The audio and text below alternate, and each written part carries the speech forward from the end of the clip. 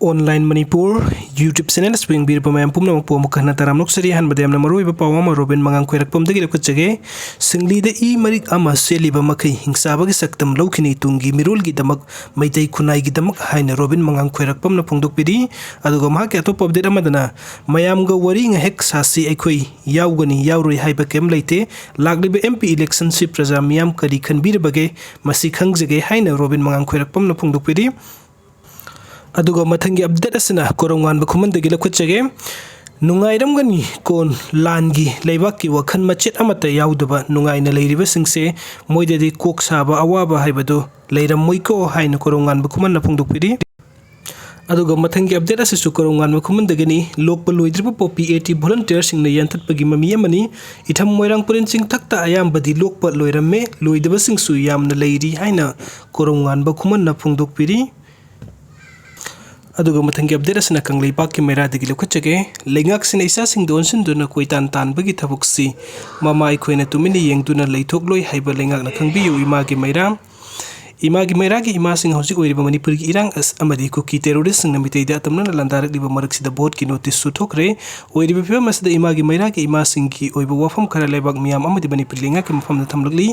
imagi mera gi advisor el Sasi Sarina press Tadorok Pasero Lasin Haidibadi government ka pistok to duna leiriba wakal da minerba achobo group amabu NIN na karamba wafam da karamba maralda amuk hanna phajin ki basi ekhoina miyam amadi ima sing ni India amadi Manipuri lengak ta thamlamba thajaba pumlok mange pistok agreement tawraba achobo group ama phawbe phaning ba matam da phariba asida lamdam se thokliba mayumda ngasi phawa tumba phangdriba khungak liba isa singi leibak na kadom dano lengak sina isa sing do onsen duna koitan tan nabagi thabuk sima mai khoina tumini yengduna leithokloi haibasu khangbiu hairi serula sina high privilege and ethics committee gi warep na separate taliba MLA taragi mathakta makhoi gi maral puthok pa phawbo ngamdringai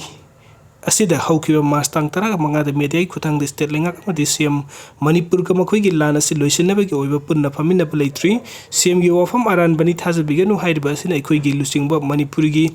CM na kari amuk haibi gani haibasu miyam da singdupiyu amadi mayek sengna kangan biyu haina iba singna haijaragli lan gi warisin amata phawba khangdringai board ki notice su